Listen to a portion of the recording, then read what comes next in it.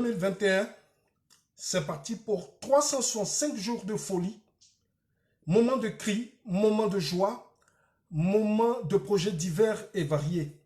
Il y aura certainement des épreuves, il y aura des échecs, il y aura surtout de la réussite et du succès.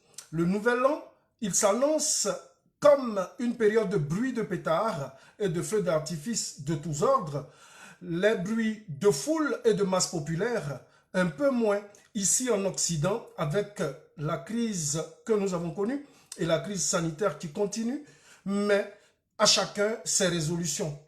Certains, ils ont choisi de faire du sport, ils ont choisi de se fiancer, ils ont choisi de se marier, ils ont choisi peut-être de déménager, ils ont décidé de changer de job, ils ont décidé de prendre un nouveau boulot, ils ont décidé de créer un nouveau business.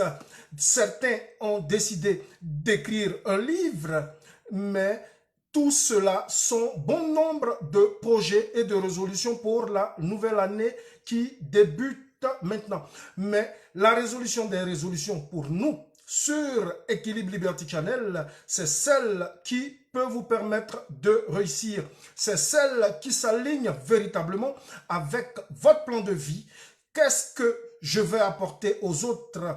Quelle est la solution que je vais apporter à toutes les difficultés, à tout ce que les autres ne peuvent pas faire, et quels sont les problèmes que je peux résoudre dans la société et autour de moi? Qu'est-ce que je peux apporter comme valeur? Qu'est-ce que je peux apporter comme solution aux autres? C'est la contrepartie que je recevrai en termes de reconnaissance et de gratitude des autres envers moi qui va m'enrichir à tous égards.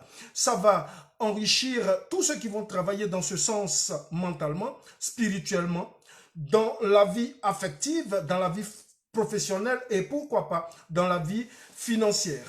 Ayez plutôt que d'avoir de simples résolutions, ayez et cherchez à maîtriser la vie profonde avec Dieu. Ayez une vie en abondance avec Dieu, avec vous-même d'abord, avant les autres. C'est clairement la résolution la plus positive et la plus facilement réalisable. Le fait d'être en adéquation et d'être aligné à ses valeurs et de faire tout conformément à la nature humaine, conformément aux desiderata de Dieu qui nous a créés. Bonne et heureuse année 2021, pleine de santé, de bonheur et de succès.